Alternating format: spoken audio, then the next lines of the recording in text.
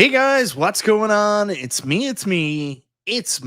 B, and it's Monday. You know what that means. Time for another episode of Chill and Chat with Michael B. Tonight, it's going to be an interesting show. I'll just say it that way. Some people are going to be happy, some people aren't going to be happy. We'll see how things go.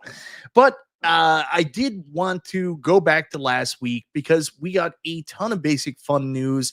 And while I did get to talk about it a little bit on Super Game Room Dudes, I never really got to discuss it with you. I mean, for a long time in the home arcade community, we've been patiently waiting for anybody to step up and challenge Arcade1Up directly. For a long time, we were hoping it was going to be New Wave Toys. We were hoping it was going to be Unico. Maybe Iconic could be the answer, but it seems like the most likely candidate as we get closer to the goal line is in fact going to be Basic Fun. So we're literally days away, and according to somebody in the chat, maybe hours away from the official launch of Basic Fun happening in the United States.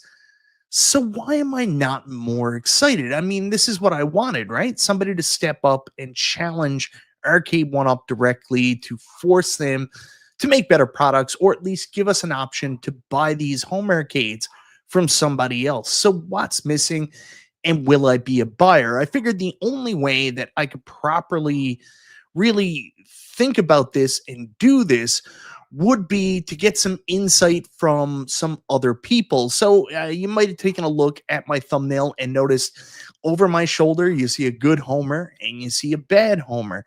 So the way I thought about doing this was I was going to have somebody that I know is not positive about Basic Fun to tell me the negative side of things, as well as somebody that's overly positive about Basic Fun and home arcade in general to try to hype me up a little bit and help guide me and maybe guide you guys through the process of deciding whether or not we should be excited or we should be interested in buying these new releases from Basic Fun. So first up, I'm going to bring in a familiar face to all of you. You guys may know this gentleman. James hates everything.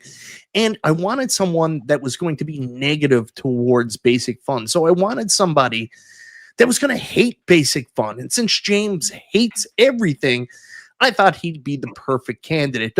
James, that's actually not the real reason. I know that you're kind of in the same camp I am, or maybe a little bit more negative, where Basic Fun has really kind of missed the mark for you and not really delivered what you were hoping they were going to deliver with their initial entry. So thank you so much for making yourself available here tonight. Yeah, thanks for having me. And you took the words right out of my mouth, right? It was high hopes and crushing reality. Yeah, that official launch, when we actually got to see the products, we were like, oh no. Oh no. And just to be clear, though, I am the angel in your thumbnail. You're the angel. I considered you to be the devil. I disagree. You're the devil. You're with the marachas. All right. So I'm going to be honest. Not everybody's going to be happy with my next guest, and that's fine. Everybody's entitled to your opinion. I understand that. But let me tell you right now, it's very, very difficult to find anybody that's really super excited about home arcade products in the year of the Lord 2025. It's very difficult to find somebody who's positive and somebody who's hyped. So I have sunk to the absolute bowels of YouTube to bring this individual to my show tonight. Man, I'm going to regret this, but ladies and gentlemen, friggin' Danny. What's going on, everybody? Thanks for having me. I got to set up. Danny, it's been a long time since you were on my channel. I know a lot of people in the community got really mad at you for the GoFundMe thing, which I never agreed with. I thought it was kind of stupid. I mean, anybody can put up a GoFundMe for anything. Literally, I can put up a GoFundMe because I want Burger King tomorrow. Anybody can do that. And I personally have been a individual in this community that was very positive. And I got into a situation that somebody tried to twist and make me out to be the bad guy. So I understand what you're going through on that. But at the same time, you know, if people just don't like you because you're you, I kind of understand that too. I'm going to be honest. now you know why I'm the angel and he's the devil. No, yeah, but at the same time, Danny, one thing I do like about you is, despite everything that I might have an issue with, you don't do anything malicious to anybody. You're not trying to cause anybody problems or anything like that. So you're not one of these people that are going around spreading shit, causing trouble on the community. So I appreciate that. And I also appreciate the fact that you've been helping out with the Steve Sales stuff. So I wanted to give you an opportunity to come back, introduce yourself, and get to play with others for once, because you've been ostracized for so long, sir. Yeah, no, it's good. Thanks for having me, Mike and James. Good to see you again. Chat, let's go. Let's get hyped. This is what we're here for. Home arcades, man.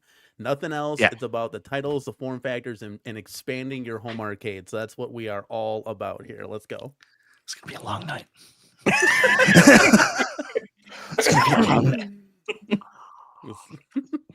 Anyways, thank you both for being here. Danny obviously is the positive person in the home arcade. I made a joke in James' Discord today. One thing, because I'm trying to be really nice to Danny, is one thing I appreciate about him is I appreciate his unrelenting excitement for home arcade when the writing's all over the wall that absolutely nothing is changing and it's in a state of decline. But yet Danny is still like, let's go, let's do this. I hate that. Let's go. So let's not do that anymore.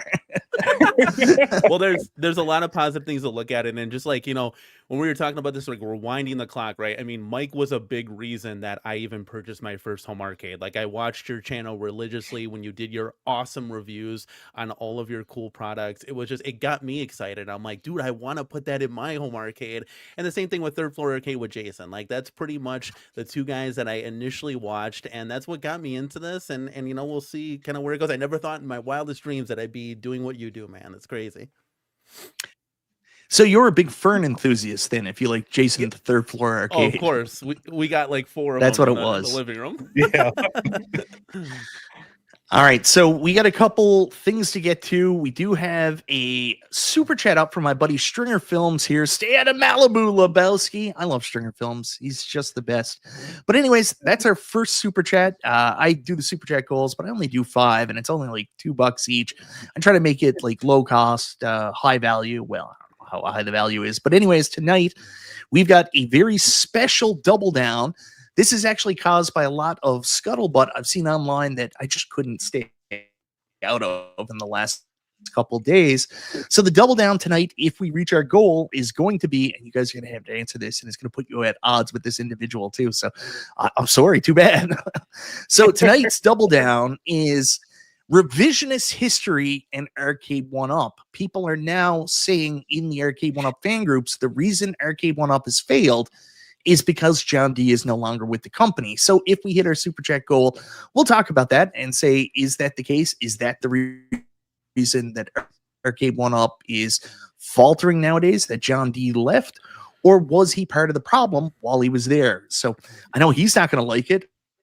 I don't know how you guys feel about it. But, you know, I do what I want. I have fun. Well, I put it back up. Anyways, we'll say hello to the chat and then we'll get started. I just got to take that super chat off. So Porta Dream, double down, just as dangerous as the KFC sandwich. That's where I got it from. That's 100% it. Nerd Lounge Master, good to see you, my man. Vic Vicious says, Michael B, nothing to get excited about. Double Dragon, TMNT, iconic Street Fighters, WrestleFest, and a new announced 2026 cabs. That's exciting to me. We'll talk about that, Vic. I'm not going into the future on promises and what ifs. I'm taking a look at what's directly in front of us, and that's what I want to be clear about. Bobby 1ALU is here. Who else we got? Scott J. Parisi. Good to see you, my man. Expos next week. Man, oh man, I wish I was going. We got our second super chat of the night. NASA Canes fan, $9.99. Give me a pole position cab and a Cubert cab. I'm good. I won't mention Tron tonight. There should be another Tron. 100%. There should be another Tron. Thank you so much for the super chat. NASA Canes fan, that is so generous of you. So awesome. Thank you very much. So I'm going to try to go right up to the top if it lets me, because I want to make sure I don't miss anybody. And I'll try to be really quick with this, guys. Vic Vicious was here early. We just heard from Vic. John Fritz. We've also got JJ in the house. Good to see you. Russell Baxley, I'm currently waiting on my pre-order Evercade Alpha title. That is cool. Dan Z is here. Dan in St. Louis. Jason Little Alien, best moderator in the business. Brad Smith is the guy who dropped this news a little earlier. You heard it here first. Basic Fun WrestleFest pre-order will be live tomorrow on Amazon for Prime Days. So if you are interested in the ultra serious WrestleFest, looks like you're going to be able to put your pre-order in tomorrow. And like James said, when I mentioned this to you earlier, hopefully there's a little bit of a discount, right? Yep. If it's Prime Days, I expect a deal. Everybody expects a deal. Russell Baxley, sweet, good to know. Stupid Fat Hobbits here. Burger Bob, I love that name. Jim the Pacers fan. Who else we got here? Ronald Lawrence, thanks for the show. Thank you for being here. Bill's Retro Gaming Show. We got Calvin Wong. The real Miz is here, Cornercade. The real Miz. The real Zim. Zim, good to see you, my man. Striker Cage is kind of in the position I'm in. I got a Stern Jurassic Park Premium coming this week, so not interested in any of these or anything else for a while. My budget is shot. I hear you, brother. Buying a pinball machine is no joke, and congratulations on your purchase. You'll love it. I got my highest score I ever got the other night. Most people are going to say this is terrible, but I got 344 million the other night. I felt pretty good about that because that game is hard as hell, but also awesome. Gramps Arcade is here. We got MSU Rich. Who else we got? Galaga Guy, good to see you, my man. Israel Gaming, Pinball Junkies, Sir Sega. He knows. I put a post in my Discord the other day. Ladies like guys who play Sega. That's for sure. Stock Truck says, whoa, your fuzzy might be. I don't know if it's my terrible Canadian internet or it's just the fact that there's just too much man on screen. We'll have to see. Mike Hockhurt says, still haven't decided, Mike. We really need more info. I don't disagree with that, to tell you the truth. I think we do. Fuzzy video clearing up. Good to hear. Video Game Vegas is here. Good evening, Mike. Thanks, man. Chris Ford, Johnny Blaze, JR. Always good to see you. Who else we got? Video Game Vegas. Once you have Baby Shark Pinball, there's nothing else to get excited for. I mean, he's not wrong, right? No online is what's holding me back. That's one of the crazy, like, I'm in agreement with it, but other people fight it for some reason. They say no online's not a big deal. Bad guy Mike Worley's here. Nooner's here. Good to see you, Noonie. Where else is this? Charlie Chuck is here. Finally, kind of made it on time. I got to spend some real quality time with Charlie in Toronto there a couple of weeks ago. It was awesome. Devastator Omega's here. I want to make sure I didn't miss anybody. Goofy, are you forgetting about Corny? Bad guy. What an intro. Joe Cade. Nice to see you, Joe Cade. I think we got Porter Dream earlier. Jay Everyday 317. Good to see you, my man. B Kirby's here, the Chicago arcade guy. Good to see you. Holy God. And I don't know if I missed anybody, but I'm going to run because we've also got some super chats I got to get to. So thank you so much. If you didn't get your shout out, I'll try to catch you throughout the show. We also got a shout out here from Stock Jock, a super chat, $5. I love the show, but I love Double Down even more. Welcome back to the big leagues, Danny. Look at that. You're getting some support from some of your buddies. That Stock Jock might be the greatest human being in the entire world, right? 100%. We also got a $4.99 super chat. Man, is he ever. We also got a $4.99 super chat from Vic Vicious for my boy Danny to hype us up with an LFG. I'll allow it. Let's can go, dude. Let's can go, baby. I'm trying not to swear, but I'm not going to stop other people. James, you're on the stream. You can't super chat. Double Down. That's the one that actually got us across the goal. So thank you very much, James. And who else we got here? Scott jumps in. Stringer's the pinball goat. Stringer's the pinball expo goat. I don't know if he's the pinball goat, but he certainly makes my breaks outside very entertaining as he talks to like random people and wears a Michael B. the Game Genie t-shirt. I love Stringer. Thank you very much, Scott. What else we got here? Oh my goodness. Ezekiel's here. Danny, do you know Ezekiel? I should connect you guys.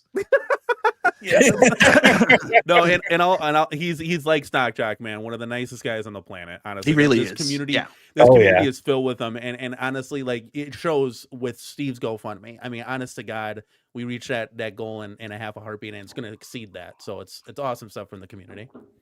Yeah, really happy for Steve. It's good to see that positivity and momentum keep going. Ezekiel, this question's for Mike and James. Would you guys like basic fun hats? See, he cut you off. I told you this would happen. I've been working on it. Ezekiel, yeah, let me know how much it's going to cost, buddy, and I'll get in touch with you. Thank you so much. Yep.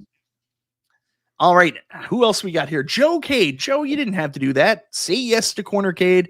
Say no to groupthink. Proud of you, Mike. Welcome back, Danny. Look at that. I feel like we gotta play like that John D dancing video or something. Do you got that on tap or what? We need at least one of those. Gotta set the mood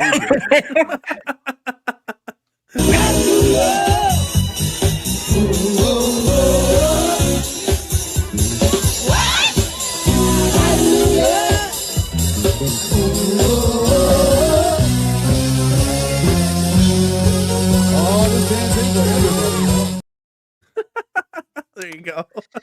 You got to give the people what they want. So there it is. Back to the comments, because we got some really nice people doing some other stuff here too. Thank you so much, Joe Cade. We also got B. Kirby, the Chicago Arcade guy, gifted 10 Michael B. the Game Genie memberships. One of the biggest reasons in the entire world I'm over 100 members on my members only page, which I really need to do more with. I apologize, guys. I've literally just put one nostalgia troll emoji in there. And I also did one stream for Mario Kart World, so more is coming. I promise. I just got to find time. As soon as I figure out how to add an extra 4 or 5 hours to the day, I'll get that done for you guys, or I'll just figure it out. And then the other reason I probably have as many memberships as I do, Jason Little Alien comes, moderates the show for free, and then does stuff like this. You're too kind, Jason. Thank you so much for doing that. And NASA Canes fan comes back with another $10 super chat, which you totally didn't have to do, man. Thank you so much for the positivity. Before I comment on the John D Arcade1Up subject, I need the Cliff Notes version. No, don't worry, we'll get into that. Yeah, James brought a slide presentation tonight, so yeah, class is in session.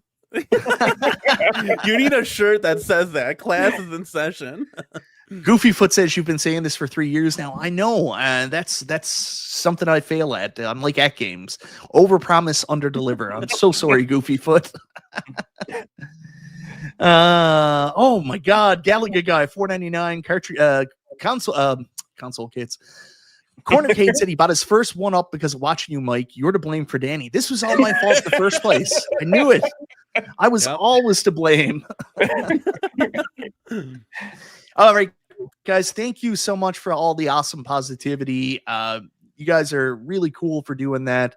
We hit our double down goal, and tonight it started off with a great, fun moment, but we got to get into maybe not so fun times now, because I do want to talk about the product at hand. And, you know, a lot of people know that if you've been watching me for years, I'm usually Captain FOMO. I'm the first person to run out and grab these as soon as they're available. Has been like it the past couple of years because of slim pickings here in Canada. And, you know, the shortage of stuff coming out. So you would assume this new company comes out and does all this cool shit that all of a sudden I'm going to run out and buy everything. But as I see these products come out, I'm finding it harder and harder to be excited. So like I said, I brought two of these guys on to kind of give me different perspectives on maybe why I feel this way.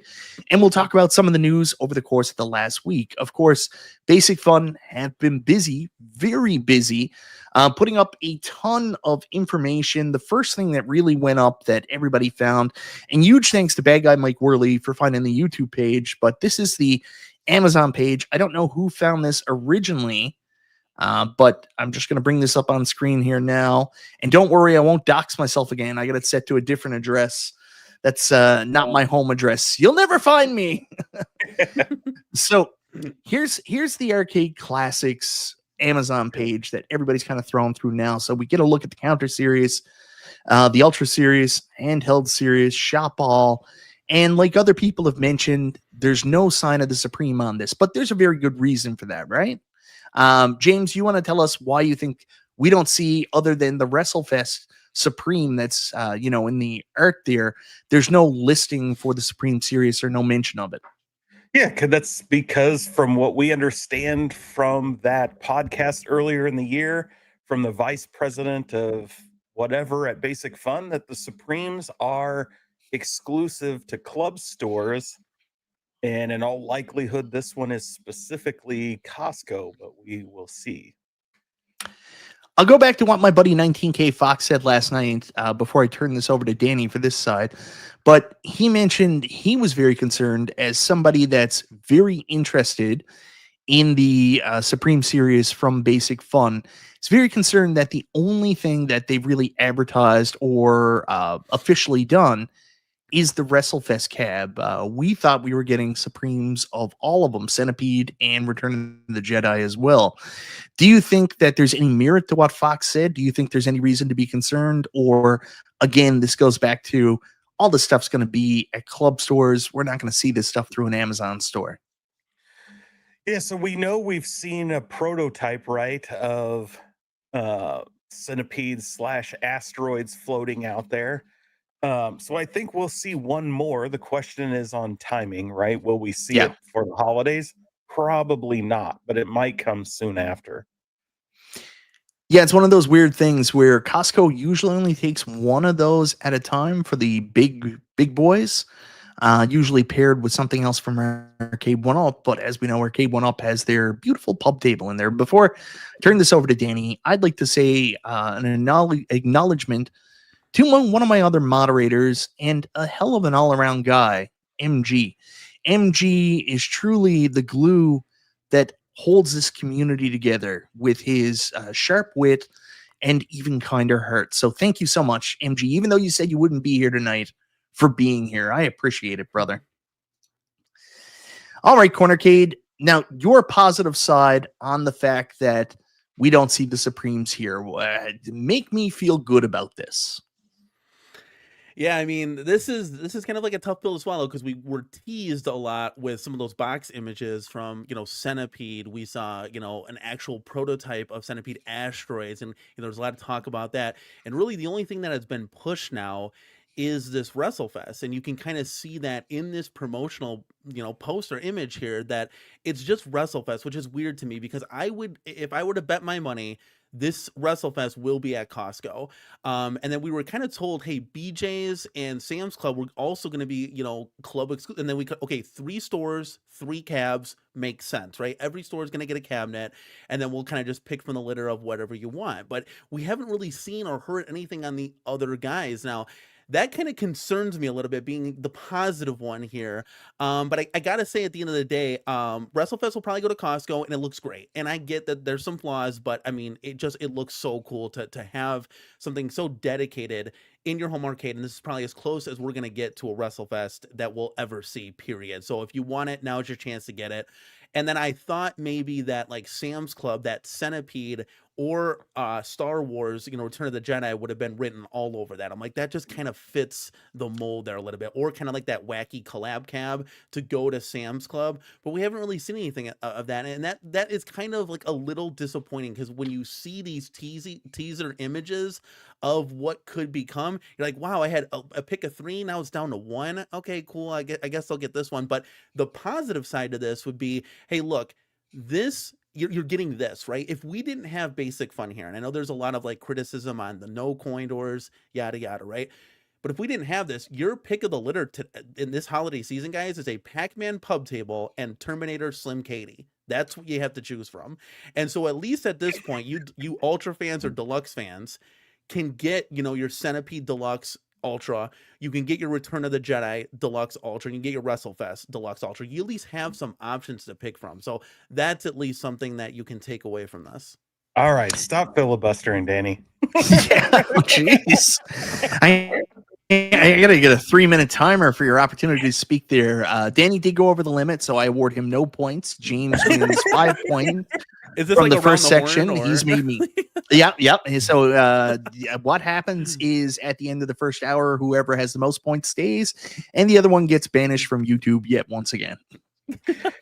So do I get to respond since he went on for like an hour?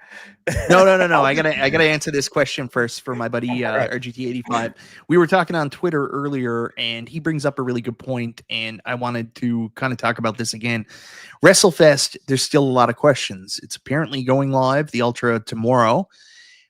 But we still don't know what the roster is for WrestleFest. We still don't know if Legion of Doom's going to be in it, what exactly Basic Fun are doing. And, Sean made a really good point. I mean, people are looking forward to plunk down money on this. Might be a good idea to tell people about what's happening with it before they buy it and end up saying, what the hell? So we have two different opinions on this. I think actually you and Danny have a similar opinion. I have a different opinion what they're doing, but I think you guys are right, unfortunately. James, you go first. Why don't you tell us what you think's happening with the WrestleFest roster and what we can expect to see? Yeah, so and that exactly is what I was going to respond to Danny's. It may be what's out for the holidays, but it comes with 25% less wrestlers, right? So now theoretically they could put somebody else in there. There's hints in the wording that maybe the marketing description that maybe the Undertaker's in there, but I don't know. That could just be copied from their Superstars or WrestleMania, miniature arcade classics. But what we do know is the heavy hitters, the Legion of Doom, right? They're supposed to be the final guys at the end, aren't in the game. And so is it the game? Is that the game you want? I've said this before. It's like getting NFL Blitz and they announce like the NFC East and the AFC East are just out of the game. They're not in there at all. Like, and you just are playing with the, 75% of the league. It would break the game.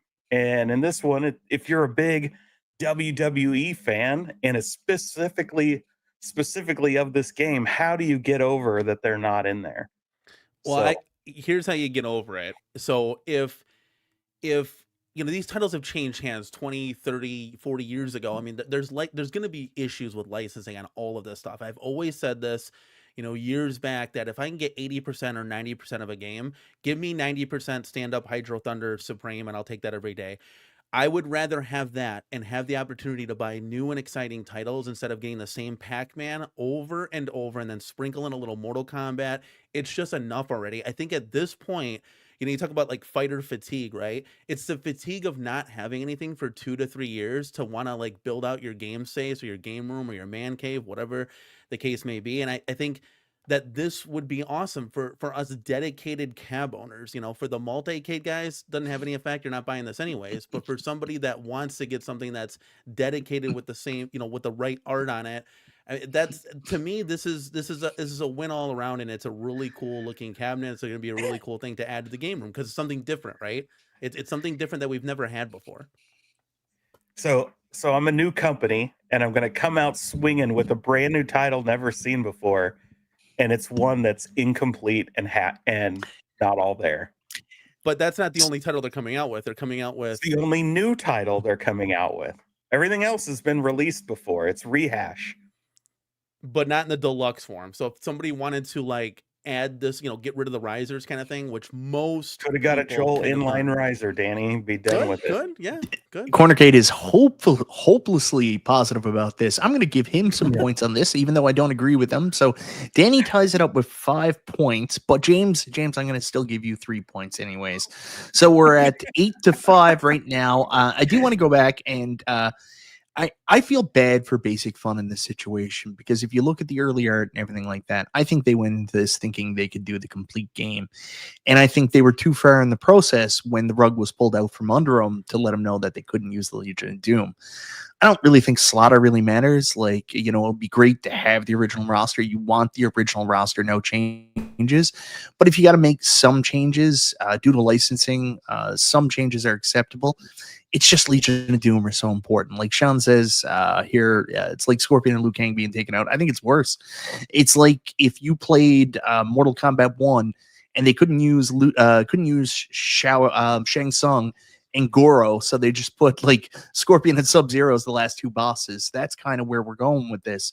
So my theory on it, unfortunately, is where there's only 9 wrestlers on the side art and the marquee, it's very possible there's only going to be 9 wrestlers in the game. And it's very likely what they did was they replaced Legion of Doom with Demolition as the final, boss in the tag tourney.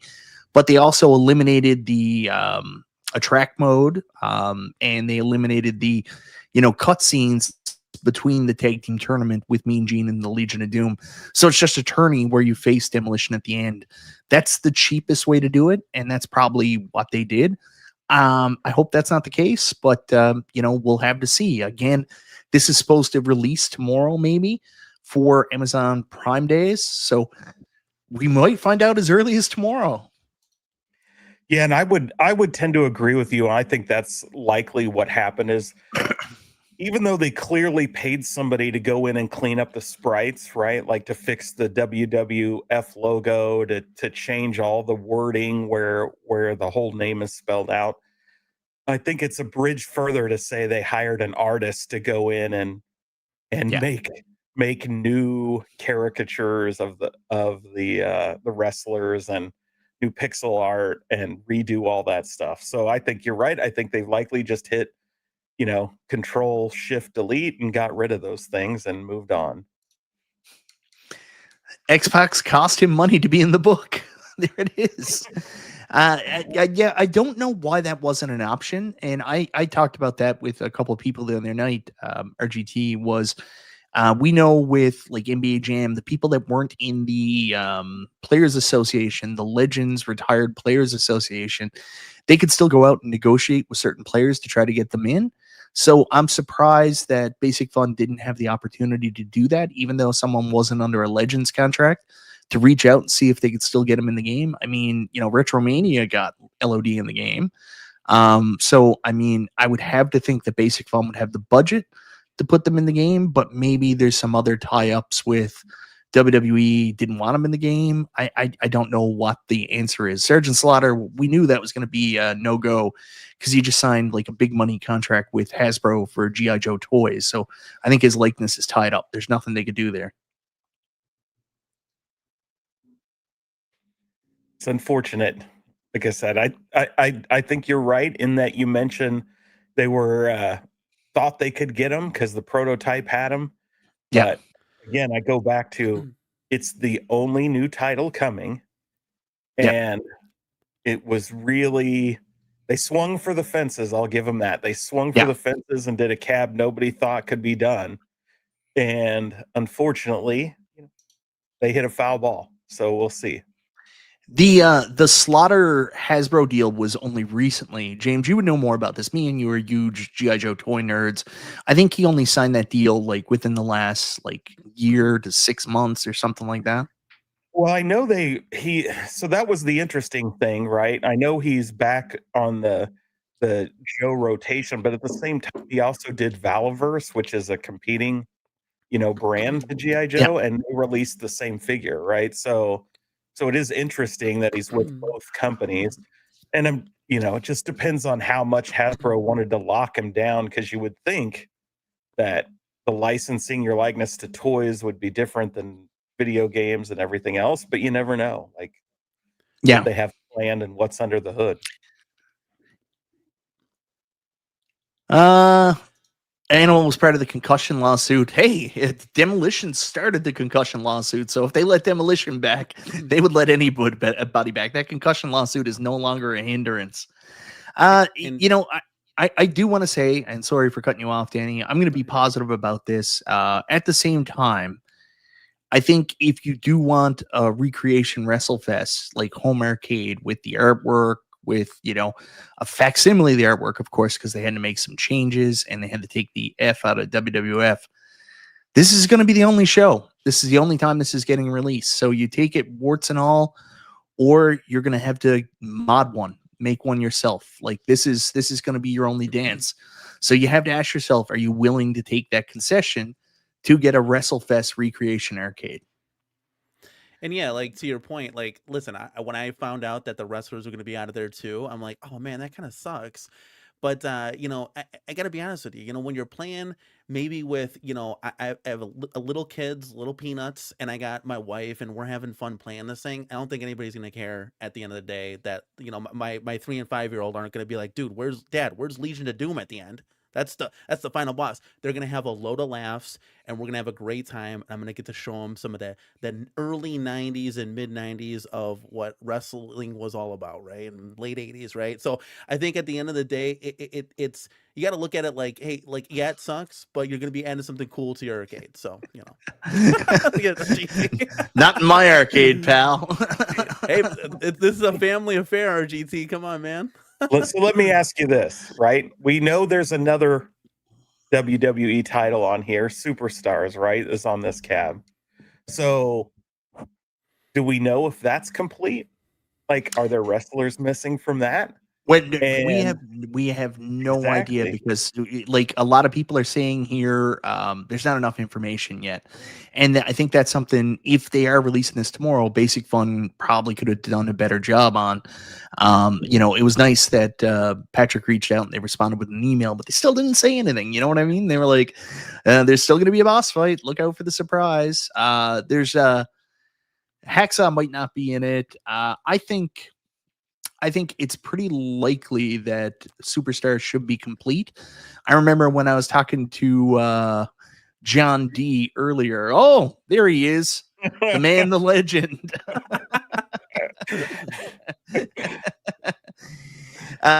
When I was talking to John D, Superstars wasn't going to be an issue. So when Arcade1Up was looking at doing this, my suggestion was do a Superstars cab. Because even though people want WrestleFest, you can't do it complete. I don't know if you want to do it. But you can do a complete Superstars, which the cab matches the artwork, all that stuff. And then you can put your, bastardized WrestleFest on it. Yep. Yeah, it's an interesting one because I would have thought, like you said, if you've got the complete Superstars, roll with that title instead. But well, it's hard. It's hard to go against that because WrestleFest is so iconic, right? It's so like it's. I understand why they would do this because the casual person would probably identify WrestleFest over Superstars, right? I don't know. I would think the WWE name on there, either one sells the cab. So this is the first time I've come across Irish Michael C in a live chat, and one comment, and I figured out who he was. One comment. One waiting, comment. So yeah, there you go. I know who he is now. I'll tell you after. Let's go, baby. We got it. We cracked the code. One comment. Two comments. Anyways, that's enough about WrestleFest. I do want to go down and talk about the rest because, we are getting some re-releases, but there's some, interesting stuff, at least stuff I was interested. So let's go take a look at the Ultra Series. So we've got WrestleFest coming out maybe tomorrow, Centipede, and then, of course, we've got Return of the Jedi. So I'm struggling with this a lot. Obviously, I had a conversation last week with Brooklyn here on my show. And Brooklyn really hit me with something that made me feel very different about this. He's like, do you actually want these? And I was like, that's a tough one, Brooklyn, because I love the idea of these, but none of them are going to truly scratch that itch of what I truly want. Like, I'm super excited to see another company do Centipede. I mean, obviously, I've been jonesing for a really well-done Centipede for a long time now, and they are going to do a Centipede. It's not exactly what I want, right? Like, if you actually take a look at the Centipede, I think I can. No, how the hell do I get to the Centipede? I got to go to a different link, I guess. It was in the top picture. Oh, there you go. So that's no, shiny. I can't get to it. But I want to find the individual listing is what I'm trying to find. Oh, I got it. Yeah, I can go right here. Currently unavailable. Can I go in? Yeah, there it is. So, I mean, for me, this misses the mark in a lot of ways. Obviously, this is kind of like the Atari 50 cab. So you're going to have a bunch of Atari 2600 ROMs. That's what the joystick is for. Everything else about it is aesthetically, like from the front, the marquee, the bezel, all that stuff looks great, except for the fact that it once again has a horizontal screen.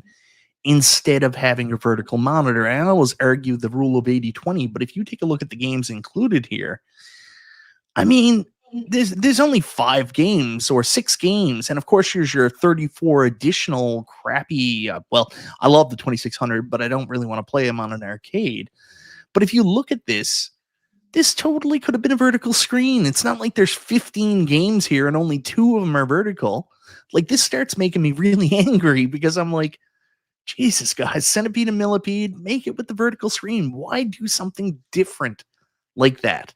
Like, I get it when Arcade1Up was putting 15 games on a cab, but if you're going with 6 and you're going to massacre the marquee title like that, why? Other people, I will say 100%, if you liked what Arcade1Up did with Centipede a couple of years ago, unfortunately with the bad screen, this is probably an option for you. This will work because it looks like they also didn't stretch the Centipede. But for me, like, I'm really struggling with the fact it doesn't have that vertical screen. So, Danny, this time we'll go for you to hype me up and make me feel positive about it. And then James, bring me back down to earth. So, yeah, I mean, for you deluxe fans, ultra fans now, this is a chance for you to add that same form factor into your arcade. Yes, does it look a little bit better than the Atari 50th? Maybe.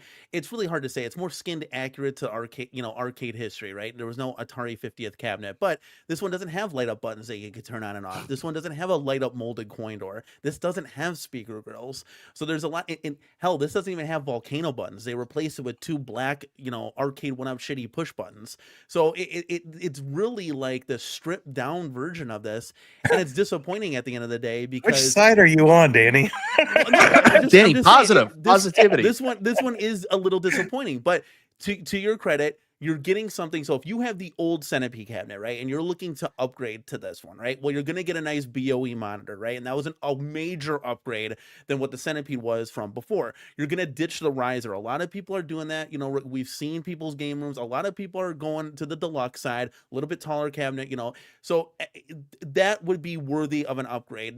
The downside to this would be you got to add that coin door on there, man, and that's something that Basic Fun really should have done, and maybe they do that going forward. Hearing the community speak on this, like, they might say, hey, look, in our Wave 2 cabs, we're going to see if we can get Wi-Fi in there. We'll see if we can get a coin door. Who knows, right? But I think, like, for instance, if I was still in the deluxe mode, right, because we've kind of moved on to the XL cabinets, I would be getting this cabinet 100%. I would just black out the front with some vinyl, slap a coin door on there, and move the drill. But that's just me. I'd be getting all these cabinets, actually. Return of the Jedi looks great, and WrestleFest looks awesome.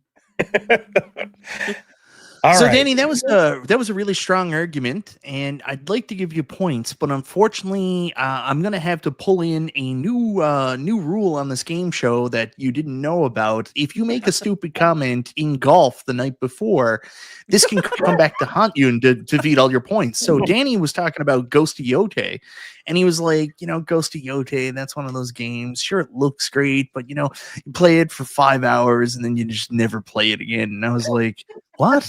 Like, you realize, like, Ghost of Tsushima is regarded as one of the greatest video games of all time. People still list it in their lifetime best games as one of their top 5, and it's probably going to be remembered 30, 40 years down the line. So, Danny, you get no points, and James, it's your turn. Okay, so let me start by saying, of the cabs they're releasing so far that they've announced, this is the best one. And that's not saying much, because this is literally, like, design-wise, as close to Arcade1Up as you could get, right? All they did was flip the Atari logo and the Centipede and put the Centipede at the further down, which even makes it worse, in my opinion. But at least it's the right art, it's the right kind of style and everything. Even though the monitor is the wrong size, it's the best looking one. But as you said, right at the top, you called out the biggest problem with this game. So there's only 6 games on it. So I'm paying $4.99 premium price, only getting less than half, right? I believe the Atari 50th has like 14 titles. So less than half. And in exchange, I get a bunch of Atari 2600, which, if it's done like the Atari 50th, they're in the wrong aspect ratio. The Atari 50th is a 4:3, and the 2600 games are displayed 16:9. They're not even in the right format that Atari games are in. And so I would not be shocked to find that that's exactly what happens with this one as well. And so for me, it's if you're gonna buy one, this one I think looks the best. But it's so much lesser. Like Danny covered the negatives too. No speaker grills, no coin door, less than half the games.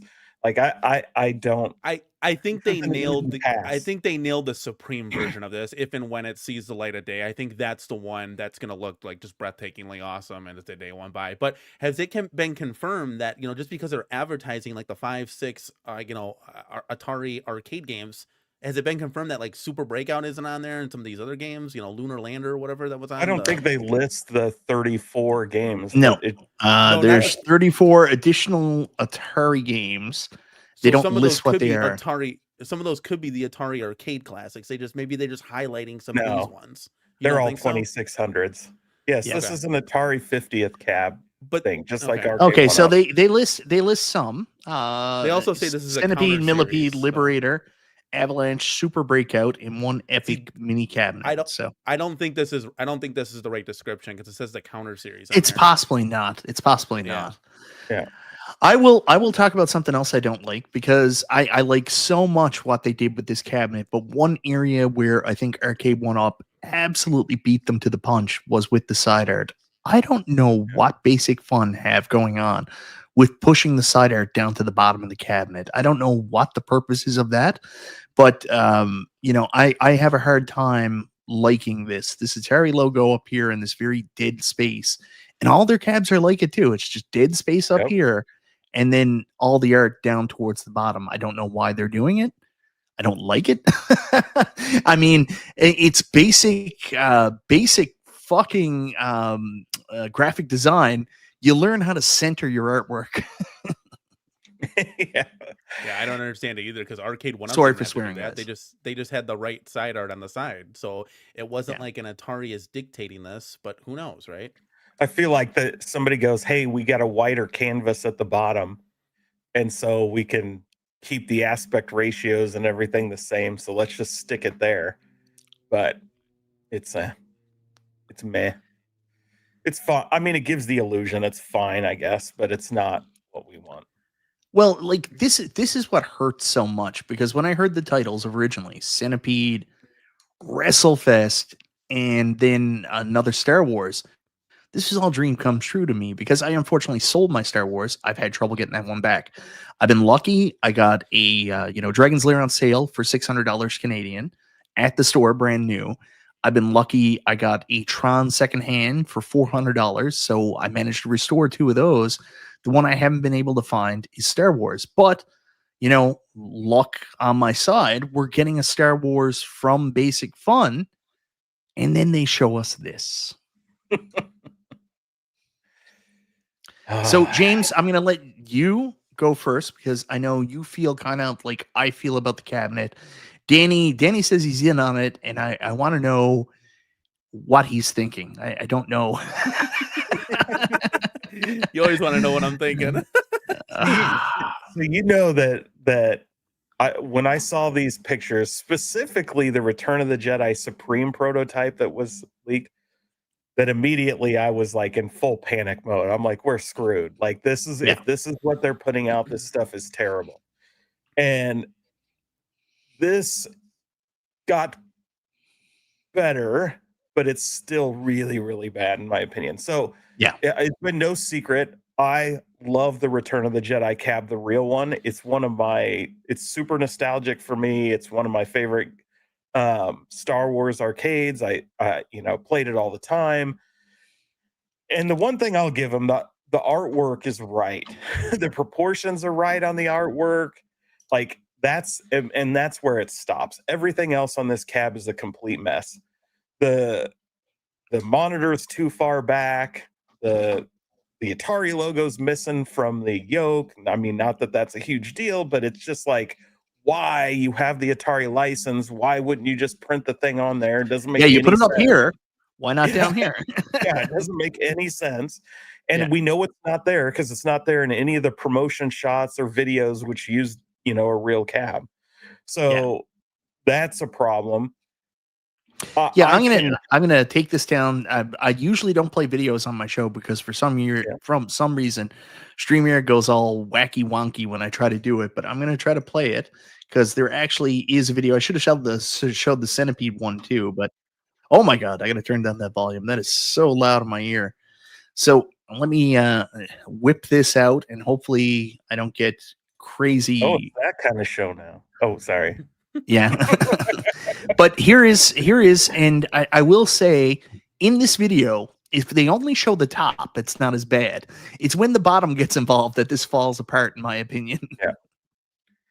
Yeah, I was going to make that exact quote. From the waist up, this is a fairly attractive cab. But once you see the bottom, it's really, really bad. Like it's just so weird looking. I don't know. It looks, I describe it as one of those early childhood crayons, like the big ones that you can hold in your whole hand because they can't use their little fingers good enough. It's just so weird looking. The whole cab, like as a single piece, it's frustrating. So like maybe this should have been a bar top. If this was sold as a bar top, maybe I'm like, oh, that's kind of a cool idea. But as it on that thing, it just looks so weird looking to me. So odd. The top is not exactly accurate, but I mean, there's going to be concessions made because it's such a weird shaped arcade. But I think there is hope for this for the people that do pick this one up because the artwork, everything like that is really nice. It's just the shape that's a problem. We do have people in the community like our good buddy G.I. Joel who could potentially, when he's done building his own arcades and all the risers and all that stuff, maybe look at doing a modified version at the bottom. Now, me personally, I have another issue with this. I hate the placement of the yoke. I hate it. It's completely against what the other cabinet was. That yoke should actually be out in front because it actually comes out. So having the yoke in the cabinet actually bothers me a lot. And I don't know how that's going to work for comfort because, I mean, you got to reach your hands in that groove to kind of get it there. So I'll be interested to see with this one. I'm not out. I'm going to be honest. I'm still not out, even though it's hideous. It's just I don't have a Star Wars right now. And usually with a game like this, I like Return of the Jedi a lot. I'm not going to lie. I'm not one of the haters that hates on Return of the Jedi because it's not Star Wars or Empire. But usually I would be out where the game I really want, Star Wars, is in the marquee game because I kind of buy these for one game. But here's where this one's different. This one's unique. It's got a unique control panel that I can't easily do through modding. Yes, I do have Glenn's Star Wars yoke or flights, Star Wars flight. What's it called? The yoke? Yeah, not Star. He doesn't call it Star Wars, right? I think it's just flight yoke or something. Yeah, I have Glenn's flight yoke. So I mean, I could play it through PC, but we'll see. The other thing we know about this is. Unfortunately, Code Mystics didn't do the emulation. So, but Mystery Encoder says the people doing the emulation are good people. So hopefully it's still really good.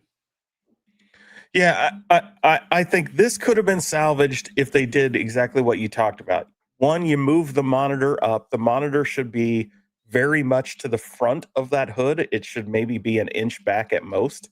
That's how the hood is shaped. And then that brings out that yoke, the handful of inches it needs to be in front of the hood. And then suddenly, even if the bottom part isn't the exact right shape, the feel of the cab, the way it plays, and the upper part look right. But I know it makes it wider, and they're not gonna, that becomes a challenge. Yeah, so Danny, anything you want to say about the Return of the Jedi? I talked about this as a maybe for me, even though it's hideous. Make me feel good. Yeah, I think the form factor is the way it is, and again, I don't have any inside knowledge on this, but I just think it's mainly because of like a tipping hazard.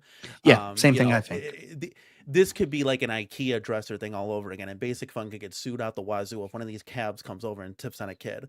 So I think they have to structurally build it and that's how you're going to get the monitor pushback and stuff. That's just how it's going to be. And again, this goes to the, hey, if I can get 80% of this thing, I'd love to have it, right? And I don't think Basic Fun wanted to do the original Star Wars just because a lot of people been there, done that. They have they have those versions already twice. So I think they wanted to go in a different direction, do a different game. Maybe you can add that to your Star Wars collection, for the Star Wars fans out there that want to add maybe another one. I think this cabinet, I was when I first saw it, I'm like, ugh.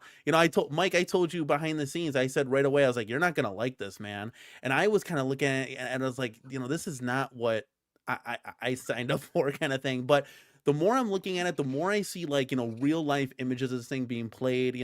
We saw in that video, for example, the marquee looks gorgeous. I think this thing is going to look killer with a 19-inch screen, the Supreme version with a coin door on it. I think it's really going to look awesome. The side art, I love that. It matches what the original cabinet is, even though the form factor is different. I think it looks cool. And you know what? This is as close as we're going to get right now currently to an XL Supreme size Star Wars. So again, I would love to add this to the arcade because I do miss the one that we had. Whoa. No one said Supreme on this, Danny. We're talking Ultra. Yeah. No one said Supreme. I got a retort there, right? Yeah. Because go ahead. If it is the Supreme, we've seen that. And if they haven't drastically changed it, it's a completely different shape and way worse than this. And the Supreme is worse? Yeah, it's so bad. It is coffin. It's a black coffin. It's just a big giant black box. And the art doesn't do you have a picture you can share? Yeah, bring up a picture because I'm pretty sure it's clone for clone the same thing. Oh, it's not even close. I'll have bring it up, buddy. Let's go. One. But the other problem with it, while I'm bringing that up, the tipping hazard, I don't buy that either. Because we've seen, ThinkUp did a prototype for Arcade1Up of 720, which has very much the same bottom. We've also seen the Slim Katie, right? The Slim NBA Jam with the footrest to keep it from tipping forward. You could put 2 footrests on the side to keep it from tipping left and right. Right? I will go back. You picking up that, and I will actually counter you, James, because I think the reason why we don't have something that's more arcade accurate is because it's difficult to make, and it would be more expensive for Basic Fun to do it. Yeah, that I can get on board with. Yeah. All right. So the JW is doing your job better than you, Danny. It's better than the Slim. That's all you had to say. I'd be like, Jesus, well, now I need to get it. Yeah, he's not wrong. Yeah, that's the one thing too with all of these is none of them are Slimmies. When they said that they were going to do a Slim series, we've only kind of been teased in the TMNT cab that could be coming in 2026, right? So or not coming. Who knows, right? So we don't know what's going on with that line. So it's good at the end of the day to at least see these in that deluxe, form factor. Oh my God. Yeah, and to the point there with the 720, that could have just been a prototype that Arcade1Up said, see, look, we can do it. Just like the X-Men 6-player. But are they going to do it? Did they run it through any type of, regulations, I don't know, FCC laws to say oh, look, this is a tipping hazard or not? I don't think so. It was just a prototype made at Arcade1Up headquarters. So it's nothing that could have been done maybe at a full-scale production level. We don't know. We may never know. All right. While James is doing that, I'm gonna take this one down for now because I do want to move on for time reasons, and I want to talk about the other thing, which I actually was really, really excited about. But now I got some news from 19K Fox that I'm actually kind of struggling with this now. So I want to go back and talk about something that I thought would actually be the saving grace and something I would be very interested in, which is, James, did you find it? I'm still looking. I know where it is, but I got to dig for it. So it's hidden under all your porn. We understand. Don't worry. Yeah, that's where I keep it. The Counter series. So I was actually, you know what? I was like, we're saved by the Counter series. So the things that I have concerns about with these up front, from what 19K Fox told me, and I'm going to go do some research here right now, but it looks like these are not going to have light up marquees, and they're going to be priced at $200. So Danny, tell me why I should still be excited for Basic Fun's Counter Series coming in at a $200 price point. And again, much like the Ultra Series, making concessions and going backward on improvements that Arcade1Up made with the exact same series. Yeah, I mean, like it's tough for me to get like, hyped and excited about the Counter series because I have no interest in this. I've never had interest in it. But for those people that do collect these, I don't know, that Centipede, there's some black at the top and bottom there. That might be marquee worthy there. I don't know. There's I don't, is that there's a sticker? I can't really see.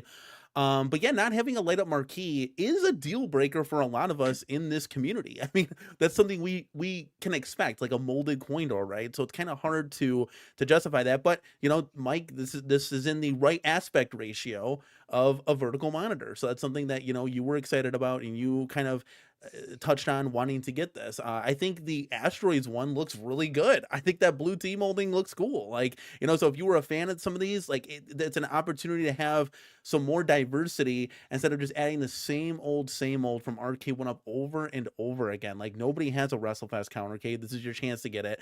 I haven't seen an Asteroids Countercade. There's your chance to get it. The Tempest one looks great. The Centipede looks awesome. So, I mean, for those fans out there, this is a cool thing. It's just not for me personally at the end of the day, but if you guys collect these, I mean, it's your chance to have a little bit more diversity in your Countercade lineup. Jimothy, why should I still be excited about these Counter series? I'm definitely the wrong person to ask because I do why should I not like be excited? Yeah, do not like Countercades. I think these are they're fine if this is what makes you excited, but for me, if I'm going to go for a tiny replica, I'm going to go to New Wave Toys or I'm going to go to quarter arcades, right? Like I'm going to get a miniature replica and not a kind of quasi little, I don't know, whatever this is. I am just not a fan of these. And I know people like them, more power to you. But the whole reason I wouldn't get them is it doesn't fit anything I would want, like for play style, for room. It doesn't touch on any of the home arcade things I care about. If I'm going to do this, I'd rather get a Atari Game Station Go or whatever and play it on that. Yeah. So I'm going to answer Josh Dandy's question first. What would be the benefit of buying one of these versus an Evercade with an interchangeable marquee? Pretty simple up front. No Evercade has a vertical screen. Yeah. The Evercade Alpha does not offer one with a trackball or a accurate setup to play Centipede on. So that would be the benefit. Obviously, it has many shortcomings compared to the Evercade Alpha. But for me, and to answer MG's question as well, Pumpkin Spice, wonderfully seasonal base, is the fact that it is because of the Evercade Alpha. Like I really struggled with Countercades at first, but I like my Alpha so much that I've become a little bit accustomed to that form factor, something that gives off the appearance of the original arcade, is going to have the correct aspect ratios, going to have the right controls, and actually big enough that you can comfortably play. You're not, doing a facsimile of playing, is something I could get behind. And literally, this is the only product they've released since the original Arcade1Up run of cabs that does Centipede properly with a vertical screen. Yeah. The biggest problem I have is price. Like, to me, this doesn't fit replica look. It doesn't fit, the larger size that I want. So it's like a product that doesn't know what it wants to be. If it was $80, we're having a different conversation. It's like, that's a no-brainer. But at $200, $190, it's like that doesn't make any sense because you could go get one of those ugly, Arcade1Ups from Walmart for an extra $100 and you've got a much bigger machine. Or you can spend less and get like an Arcade Classics or a My Arcade version of these things. So or I mentioned the Game Station Go, there's many other ways. So I think the price for me is what really makes this. There's nothing to this to justify a $200 price point, in my opinion. Yeah, I'm struggling with that too. I think Devastator Omega makes a really good point here. If this was in the $100 to $150 range, this would be a lot easier to swallow, especially for the fact that it doesn't have that light up marquee. But without the light up marquee, $200, man. Danny, you were gonna say something? Sorry. Yeah, I was gonna say I just viewed one of the promotional videos for this, and watching the kids play and everything, it looks like there's no light up marquees on anything. So Yeah, that's 100% on anything, even the ultras.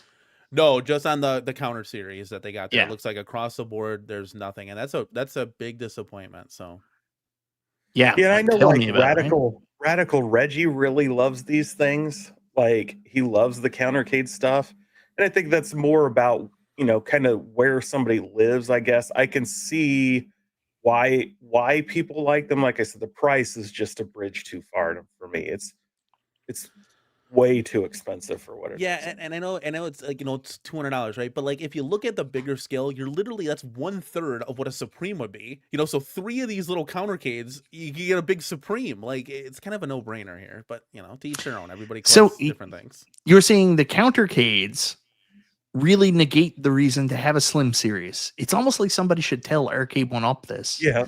See, that kid, even with the Partycade is really the Slim. Yeah. That's what I don't understand.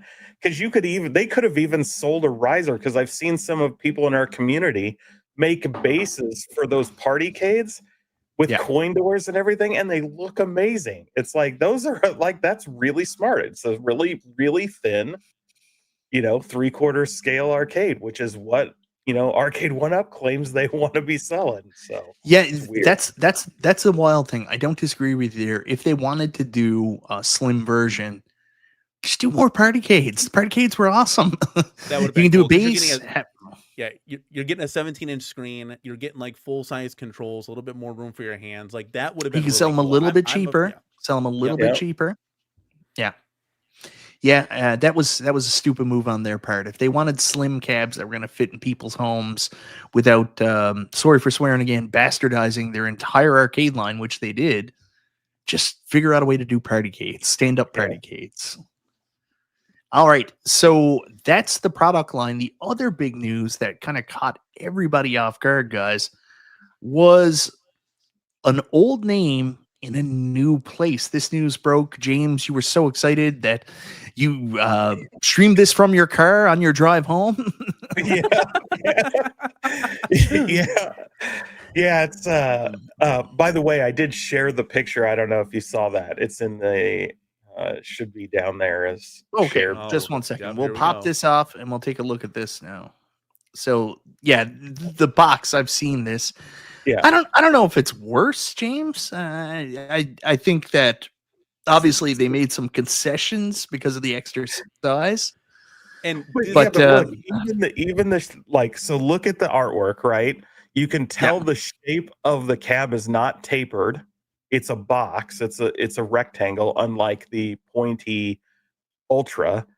The artwork is pushed way down. The part of the art that is supposed to connect to the other part to form that angle has been enlarged and doesn't line up right.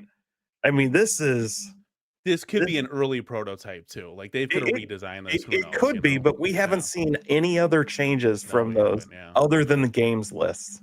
So I would not be shocked if this is not what we're getting. Like, look, it even still had the Atari logo on it, like on the control panel. So I hope they change it, because if this is the Supreme, this is terrible. I mean, one of the things I struggle with personally is I'm having a hard time because I obviously, Danny, you'll agree with this, because you go through these crazy mood swings where you're like, I don't care about XL, and then you're like, all XL, let's go! Ah! The time is now, baby, wake up. I love the XL line, and I really broke my heart. It kind of ruined my interest in the hobby when they stopped making XLs, or I found out there was only going to be one a year. So, the inclusion of these Supreme lines gets me really excited. James, you had told me that the Centipede, not the demo we had seen, but there's a Centipede box like this, and the Centipede looks great in 19 inches. And I can even forgive maybe a horizontal screen on that 19-inch screen, because the, aspect ratio of the vertical monitor will be a little bit bigger. It's not everything I wanted, but I could forgive it, and especially if the artwork's more accurate. So there was a lot to be excited about with the Supreme line, but I'm struggling because, again, the Supreme line is locked behind a certain wall that's been very difficult for me here in Canada, and that's if it's Costco or if it's Sam's Club or one of these, club stores in the U.S., that doesn't necessarily mean they're coming to Canada. And I talked to the Brick, and they were very clear about this. We're getting the Ultra line. That's it. Yeah. So for me, there's still the uncertainty of knowing whether or not Supreme's even going to come to Canada, which is really what I want from Basic Fun. Yeah, I would imagine that they will. I mean, just think of how big a company Basic Fun is. So they have massive brands. Like everybody's heard of, Care Bears and Rainbow Bright and Lincoln Logs and Tinker Toys, and like they have all of these things, and they're in every store you go to. So they have connections. They have retail partners all over the world. I wouldn't be surprised because there's another size we haven't talked about because they haven't released any yet, which is their own slim size. And if you see some of those, they are more like what we talked about with the Partycade. They are very slim. They are not like what Arcade1Up is doing. They're even slimmer. And they make sense for like a European market, or maybe if they want to cherry pick some high-end locations in the United States where people live in mostly apartments. But they're not going to sell in the numbers I think their typical Ultras will, or even the Supremes will. But anything to offer, Danny? Nothing. James is so far ahead on points. I don't know how you're going to come back. You're really going to need to come back in this bonus lightning round, Cyrus edition. So explain to me why. Okay, I'm not going to ask for bad or good. I'm going to ask you each to give me your take. James, give me your take on what Cyrus leaving Arcade1Up means, why he left, and what it means for Arcade Classics. And then Danny, I'm going to get you to do your version of it. Boy, so that's an interesting one. So loaded one, isn't it? Before you do, I do want to bring this up. I just want to be very clear on this. I think it was JJ who said this a little while ago. Cyrus deserves John D, or perhaps vice versa. I think there's a misconception in the community that John D is working with Basic Fun in any capacity. I mean, I can confirm he is not. If anything, he's working against them. He's definitely not working with it. So just a clarification on that. He wishes them success, but yeah, he is definitely not working with them. No. So he. Why did he leave? If he left on his own, and I don't know anything, so this is all opinion and conjecture. If he left on his own, it was because he saw a more stable company, a fresh opportunity to do his own thing, free from the shadow of John D. Right? Like he's living at Arcade1Up, he was living under somebody who'd done all the work before he got there and inherited it all. And he learned under that person. But then when he took it over, Arcade1Up had burned a lot of bridges financially and otherwise with places like Atari, and they had owned so many licenses. There wasn't much for Cyrus to go after outside of like the 3 or 4 basic companies they're dealing with. And so for him, it makes sense to make the move. Now, having said that, he clearly went backwards, right? He went from a so-called vice president of licensing, right, to now a senior manager of licensing. Well, he was director of licensing, I do believe, not vice president. No, I thought they made him vice president. Well, I will. Sorry for interjecting, but I will counter that. You can throw titles out there all the time. So one of my favorite stories is Subway. Subway were struggling with hiring staff to work overnights, because of the robberies, Right. and no one wants to work making sandwiches for drunk people in the middle of the night. So they were really struggling getting people to work for minimum wage making sandwiches. So what the geniuses at Subway did was change the nighttime sandwich artist to the night manager. You got paid no extra money, but you Oh, got yeah. to put on your resume you were a manager. So I would, for people saying, oh man, Cyrus took a big step back, he might have taken a step back title wise, but that doesn't necessarily mean this is a step back for him or a lateral movement in terms of compensation, responsibility, and job security. Yeah. So I definitely don't want to imply that it means he's making less money, because he very likely could be making more money. It's a much bigger company, much more successful brands. They're not going through. They just got out of bankruptcy, so they're currently not, Yeah. dealing with any financial issues. But and I'm a firm believer, and I've done this myself, is sometimes you take a step backwards in order to move forward, because there's no opportunities where you're looking, and so you want to shift a little bit. And so I don't say that to criticize, but it is true. He had the VP name, and when that's on your resume, it's typically going to draw questions in the future as he looks for other opportunities. They're going to say, hey, you were a VP and you moved over here. Like, why did you take a step back? Like, what's his opportunity to move up at Basic Fun? Presumably, they already have licensing people. They scored a whole bunch of licenses before he got there. Some of the harder to get ones, right? Like Star Wars and rumored TMNT and WWE WrestleFest, even rumors of Namco, which Arcade1Up also has. So there's some question there. There's also question around Basic Fun. Was there wisdom in doing that? On one hand, you could argue it's easy, like, let's go hire a bunch of Arcade1Up people and get inside information into how Arcade1Up runs. That makes sense. I can see companies doing that. And he's not the only former Arcade1Upper working there either. But then on the other side, you're like, what did he do at Arcade1Up?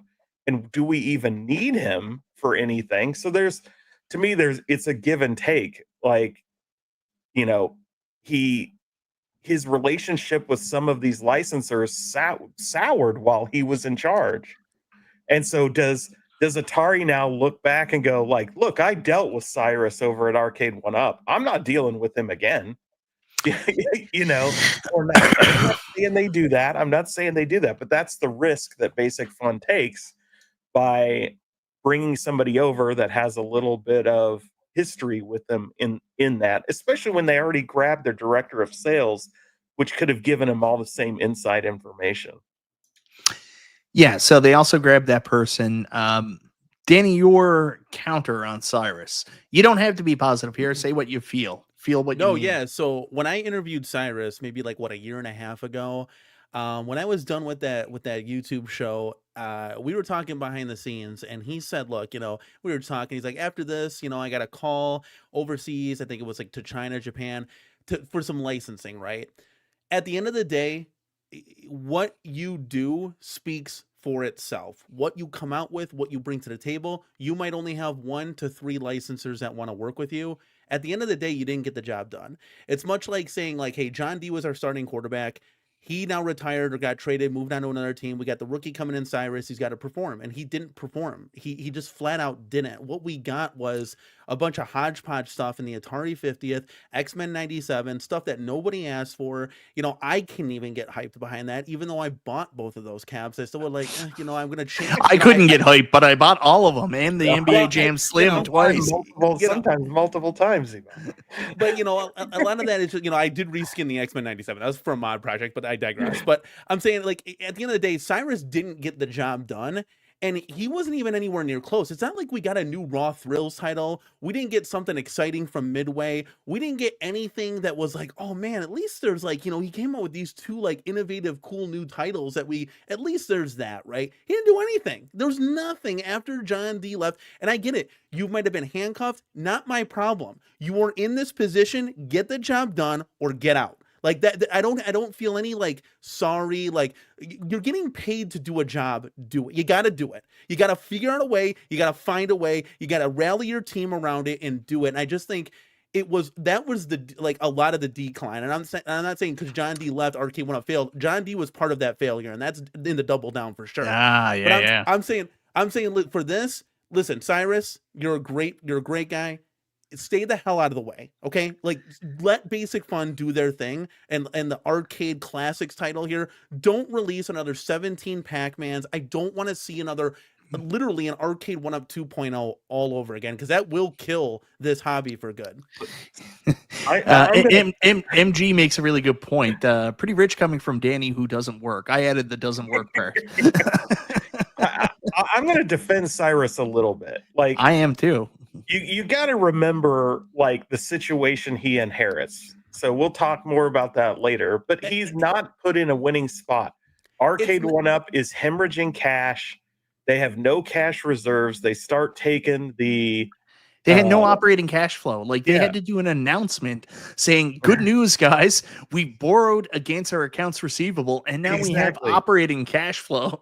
Yeah. So he's expected to go out and get licenses with basically no money to pay for them. And after they had wasted, I've been super critical of Arcade1Up doing the most stupid things like renting half the stadium in Miami in order to put an arcade in there for 80,000 fans to look at. Just dumb. And they, they were licensing everything in their brother. They licensed Atari games for clocks and weird stuff and just sat on them. Like every idea they had, they went ahead and grabbed licenses for. So like they were doing a lot of weird stuff and spending money like it was just always going to rain money on them. Without any idea about saving for a rainy day. And he's given all this, hey, by the way, you're now in charge, and you just went from an intern to being the vice president of licensing. Now save our company. So he was not given a chance to succeed. And while I'm sure he was mentored really well on how to speak to licensors and things like that, he was never really mentored on, in my opinion, from what I've seen. If he was, he never got showed on leadership. He just didn't have it. Like you could tell by the way he spoke to people. He was very immature. He gave the corporate speak. Didn't realize like, hey, you're a guy with this title. You have the ability to say kind of what you want to an extent without being just, I'm going to mimic the corporate marketing. Yeah, but I think also with Cyrus, there's a huge misconception on what his role was within the company. Like, I think people think like John D was in charge of Arcade1Up. So when Cyrus took over, Cyrus was in charge. That the marketing campaigns focused on millennials and Gen Zers or whatever it is. They all think this is Cyrus's brainchild. Like Cyrus became the scapegoat for Arcade1Up. Every failure that Arcade1Up had, because he was the person out front, the face of the company, they put on him. And I do think that's unfair because, Cyrus's job was licensing. And unfortunately, because Arcade1Up is such a small shop, they would get people to do a bunch of jobs, probably jobs that other people weren't comfortable with, but somebody had to do them, like be the face of the company. And like Cyrus got shit on real hard for everything. So I'll defend him a little bit. Danny, you came really hot there. There's that heel turn that you always said you were going to take. So I guess it's just frustration being like all of us, such passionate home arcaders, right? And we want to see this hobby grow. And it was now stunted for 2 to 3 years. And it really does hinder. Every time Arcade1Up tried to take a step forward, it's like they took 3 steps back with whatever they did. And it's so frustrating at the end of the day. Yeah, but some of this stuff is out of his control too. I mean, Cyrus went with a stacked deck, showed off licenses that were very exciting, like Alien versus Predator to retailers. There was nothing he could do. The retailers came back and said, "We don't want anything." So I mean, it could have been very different if the retail position was a little bit different for Cyrus. I mean, on top of them not having money, him having to go back and renegotiate contracts at 1/3 the price because of the new reality of what their market capabilities were. And then also the retailers like absolutely stalling Arcade1Up's growth completely in a time when they were also struggling for operating cash flow. That's a nightmare situation. That's a no-win situation. It doesn't matter who was there. Yeah, No and one was without coming out of those- that. It is, Without but then those sweet return policies that they had in the early days where we'll just cover all your sales. but then it's like, don't take the job then. If you kind of can read the room, then don't say I'm stepping up to the plate. I'll apply for that job. and Danny, take it, I right? don't Like, I don't know how many I will tell you right now, the job that I have right now, I didn't apply to. The company came to me and they said, "Guess what? You're executive director now." And I was like, "Oh shit. Better figure this out." Yeah, and sometimes, man. but when it There comes you go. when you do say You when you gotta do say take hey, like advantage of the opportunities, Danny. like- That's an opportunity for a guy like that. and that's fair. I get, I'm just speaking. I'm saying, like, if you were in this like hole, right, and you had to renegotiate all this stuff, I mean, have better negotiation skills because you couldn't get Star Wars into Costco, right? They were ready to go with that. Arcade1Up was, but how did Basic Fun then possibly do this now? So Did they? Did they? You're assuming something there. We don't know. See. We'll see in the future, yeah, because they have plans to do some of these titles in the Supreme. Well, line everybody for- had plans. Arcade1Up had amazing plans for 2 years ago. Just never came to we fruition. saw all kinds of great prototypes that never came to fruition, right? Yeah, That you would all have been huge you could fun. have the greatest roadmap in the world. You could have all kinds of amazing titles, but then you go and you try to make it happen, and the real world kicks you in the nuts. Positivity. Anyways, that's enough about that, guys. So keep an eye out tomorrow. Apparently, the rumor is that WrestleFest might go live. The pre-order for WrestleFest for Basic Fun Ultra Cab on Amazon during their Prime days. Suggested retail price coming out of the interviews looks like it's going to be $4.99. Maybe they can throw out some kind of discount, and I think that will help with the fact that this WrestleFest is going to be somewhat different than the WrestleFest a lot of people hoped for. So keep an eye on that. Other than that, from what I'm understanding, like all these pre-orders should be going live by October 13th, if not sooner. There might not even be a pre-order October 13th. These pages might go live, might go active. Retailers might jump on this, and we could be seeing people with these in their homes within the span of the next 2-3 weeks. So exciting times. I don't know if I'm in. I still don't. I'll go back to it. Like what I'm looking for might not align exactly with what Basic Fun is doing, but I do see the appeal. I see the appeal there for people that want other XL cabs. I see the appeal there for people who want to continue their deluxe collections. This is definitely a compromised version of a deluxe, but at the same time, it's another option. So leave it open. Is it for me? I still don't know. I think honestly tonight, I think James won a little bit. I think I'm still negative towards him. I'm not going to lie, but we'll see. And hopefully Wave 2 will be better. And hopefully, I'll be pleasantly surprised when I see the Supreme series of these cabs show up in Canada, available to me, and hopefully they're all awesome. So that's what I want to say, but don't worry. We're not going away, guys, even though we've already been here an hour and a half. This is going to be Double really down, loud, really loud. So I suggest you turn down your speakers just a smidge because it's time for the double down.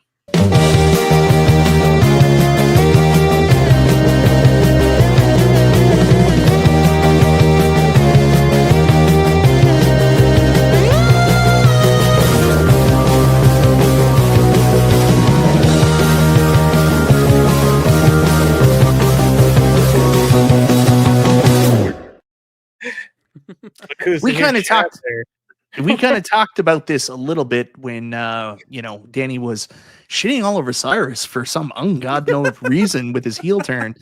But I'm noticing a lot of people on Facebook, and this has kind of always been put out there, but I'm noticing it's coming on really strong now. People are looking at the downfall of Arcade1Up, and I got in a little bit of an argument the other day. Someone posted a picture up on Facebook, and it showed the Arcade1Up booth at Walmart. So it showed like their demo cab up top, and then like a couple of risers, and then about 6 boxes of the peasant cabs. And he was like, and all those people are saying Arcade1Up is dead. What do you have to say about this? And I was like, good God, man. You don't show someone on life support and say, see, still alive. But, Arcade1Up obviously had a rough couple of years. They've been blocked on getting into retail. Retail didn't want their products. They had an uphill battle with some licenses, but, they put out Terminator, and, hopefully they will come back in the future. But it's impossible not to say that this is a fall from where they were several years ago. Now, for some reason, there seems to be some revisionist history that people are putting that fall at the exact point that Scott Bacharach and John D left the company, and then also saying it would have been fixed if John D was still there. So I'm not going to comment just yet. I'm going to ask both of you to let me know if you agree with that statement, or do you think that's revisionist history? James, I'm going to go with you first. So I'm agreeing to the statement that. See, I knew he'd be mad. There. Right, yeah. So he's here. So here's what I'll say. Obviously, things weren't always rosy when he was there, right? Yeah. And you show 2 really big cabs that were pretty big PR disasters for Arcade1Up. Now, I'm not going to say, I will say they got kind of destroyed financially because of Blitz. But I don't feel the same way about Marvel versus Capcom. I think that's sold pretty well for them, actually.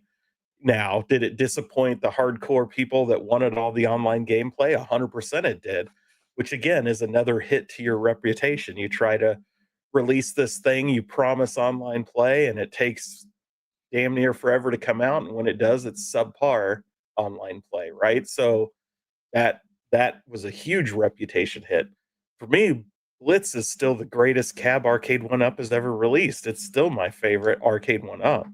Like, and that's with, no late hits. I don't think that affects gameplay at all. It's missing some players, but it still plays great. It gives you everything you want. I know you're not a fan of the side art, but for me as a Broncos fan, it looks awesome. And, like the game room, like I think it was the right idea. And that one got screwed over just by Sam's Club and Walmart just dropping it and maybe allowing retailers to order more than they possibly should. I think there's a much better strategy releasing Blitz. I think you release it every year in August, right? July and August, when the NFL season is hyped, and you could rotate the teams on that side art, and you're selling crap tons of them to fans every year. But it was just a disaster, and that's part of the reason Arcade1Up fell apart. John D himself, he was the only one I think that really cared about giving us more realistic recreations, even though not always.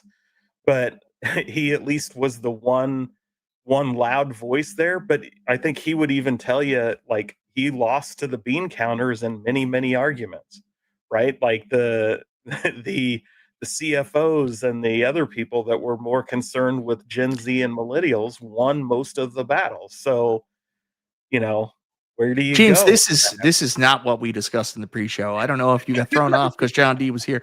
We were supposed to completely submarine him, like take his legs out. What are you doing, man? No, only joking. That's actually really good points. I'm going to counter that a little bit. Countercade, your thoughts? I think, at the time, Simpsons was like kind of like a bust for them, and they were kind of had high hopes for that. MVC2 and Blitz both had 6-month delay on online play, and that for casual fans that came in and was a first time owner of NFL Blitz, and they're like setting it up, getting all excited. I'm gonna play people online, and like, this thing doesn't have online. Could have had a lot of returns. It could have a lot of negative feedback. And again, that's your first impression for somebody. So once it's your first impression on somebody, they could be out. A lot of casuals were probably in on Blitz because it was an NFL game. They may or may not have remembered that as their childhood, right? We've seen a lot of YouTube videos back in the day with MVC2 and their cool toy returning it, everybody going crazy. So that's all negative, publicity for the company. Arcade1Up did a ton of things correct. They also did a lot of things wrong. And, with Cyrus, John D, Scott Backrack, they were all there during that time. So they all have to accept some of the failures and successes that Arcade1Up has had back in the day. So credit to, John D's in the chat. That's what I think. It's, John D being there still wouldn't have saved this situation. I think it was too much, and the water was already flooding the boat. And that's why, I think a lot of this there's a reason why a lot of people aren't there anymore. So I will say that my problem with this is people almost hero worshiping for John. Like, that's what I'm seeing after the fact.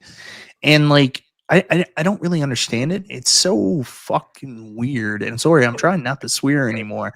Like, I will say that obviously, I think he could have helped. I made a video talking about all the different things he did above and beyond his licensing position. So I think he obviously could have helped the company with everything that it was doing and tried to steer them. But at some point, like, you know what? There's no way you're going to get out of that situation. I also, defended Cyrus a little bit earlier because it's an impossible situation. Like, John might be a great licensing person, but how do you go back to every single company and say, hey, we're going to continue our license, but we're going to pay you 75% less? Like, that's an unwinnable task. And again, all the other stuff that he was doing there wasn't exactly his job. Is it his fault they failed? Maybe. We all make mistakes. Like, I mean, it might have been one of his projects, might have been one of his ideas, but it takes a team to lose too. I mean, you've got other people in the company with competing ideas. A lot of people give John, again, more hero worship, saying he was the only one there fighting for us to get the cabs we wanted, as long as we wanted fighting games. But like, there was different conflicting ideas. James, you brought up a really good point. Everything I've heard, not just from John D, but from other Arcade1Up employees, there's a problem with the fucking corporate culture. There's disagreements fundamentally at the core with different people there, different modes of thoughts, and it was only a matter of time before there were some chips in the armor, and those chips obviously came, I would argue, even before Blitz and Marvel vs. Capcom 2. I did this a little while back, and I talked about what would you do to go back in time to save Arcade1Up. And everybody blames NFL Blitz. Everybody blames The Simpsons. And part of that definitely was true because they lost shitloads of cash during that time, which obviously didn't make it any easier going forward. But if you want to know what 100% killed Arcade1Up, like absolutely put the stake in Dracula and put them out of their misery, it was their most successful year. It was the fact that year they came out with the price increase. Then they released like 30 new cabs at retail. The year we got Tron, the year we got all that shit, Ridge Racer. They put out a ton of cabs at high prices, and then retailers were stuck with them. And then no matter who was in charge, licensing, marketing, anything, it didn't make a difference because any product you came up with, you were already fighting the retailers on whether or not you could get products out there. So, I will not say that it's John's fault. I will not say that it wasn't John's fault. I will not say that he could have saved them. I think go back again. I think the situation is the fact that they were so successful that they didn't read the future.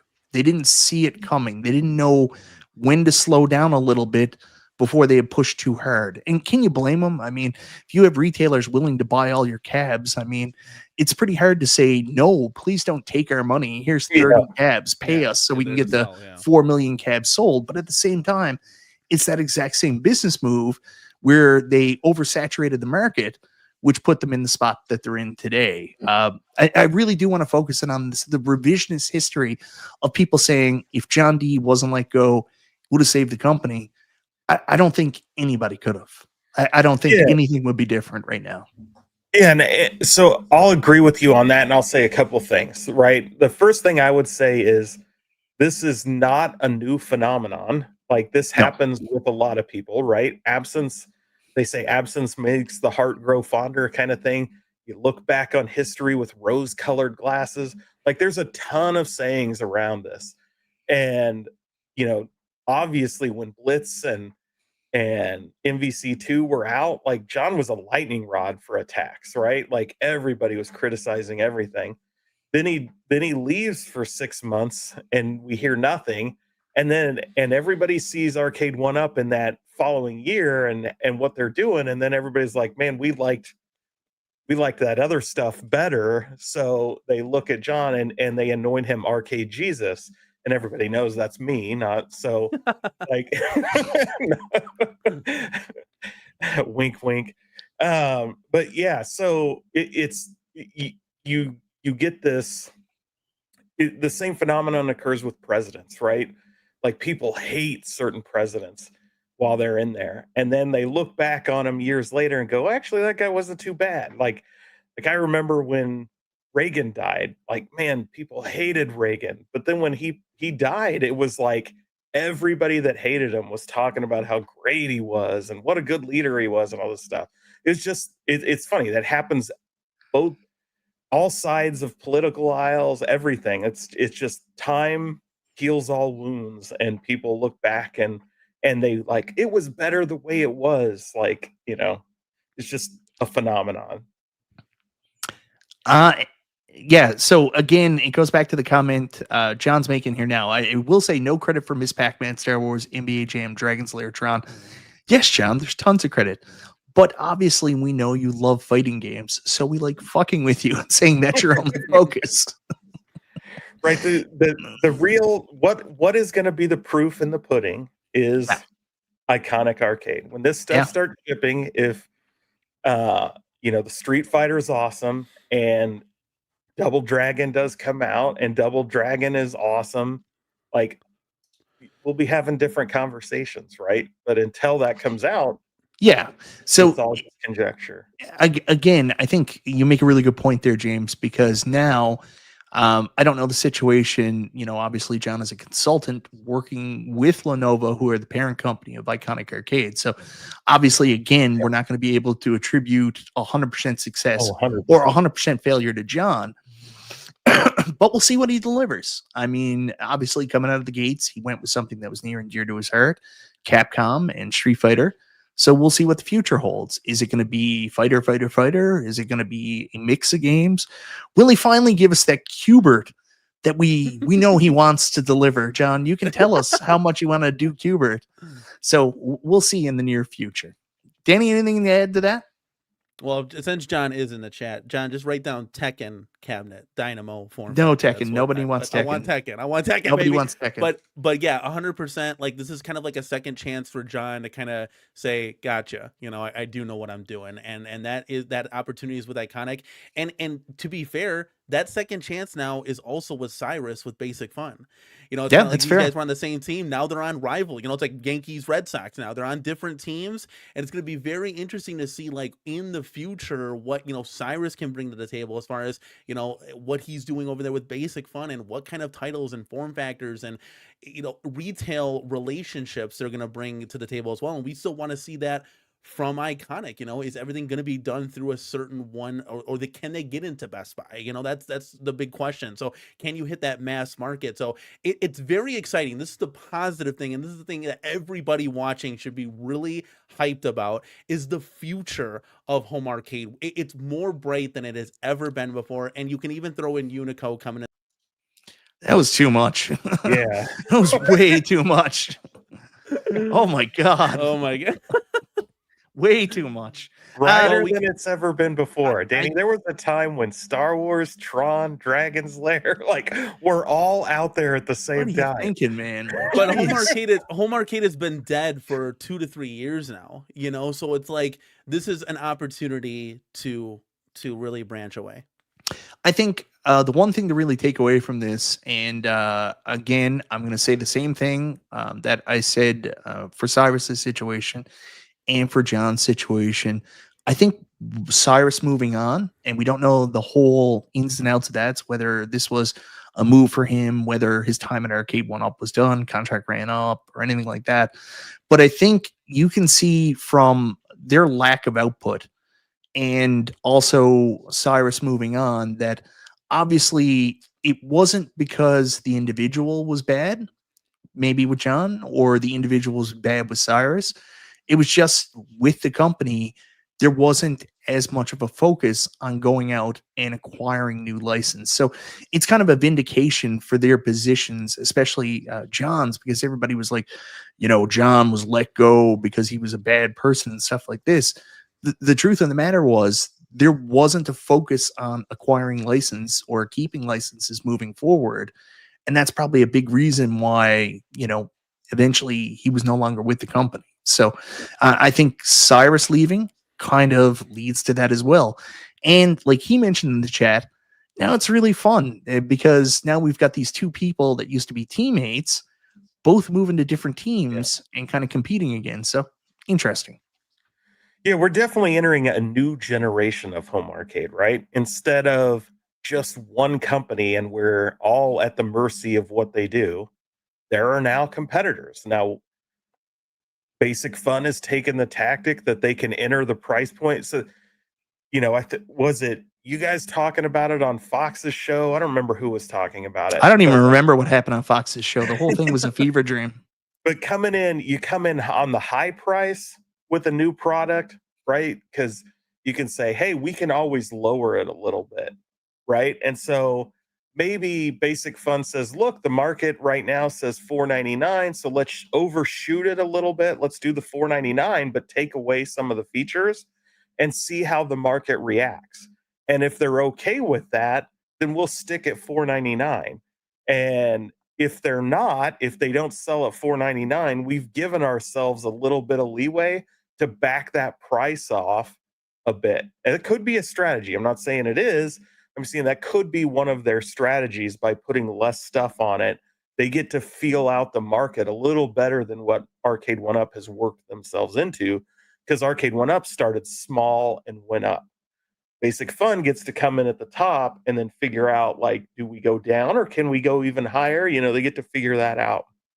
So that's what competition is going to bring you, where we didn't have that before. And then as we get more companies like Iconic coming out and said, hey, we're going to take a completely different approach. We're going to go full bore with, the online gaming, the competitive aspect of it. We're going to try to give you true near full size cabs and a store with it. You're just going to get a lot more with it with this stuff. So now you have people entering different areas of the market, not necessarily competing directly. So it's going to be interesting. Does it mean it's the best time ever for home arcade? I mean, the future will say that. But at least we're in a new generation where competition is going to change things for the good or bad. Now you say new generation, you say competition, for you wrestling fans out there, this could be the attitude era of home arcade. So we have rivalries going on where more products are now released.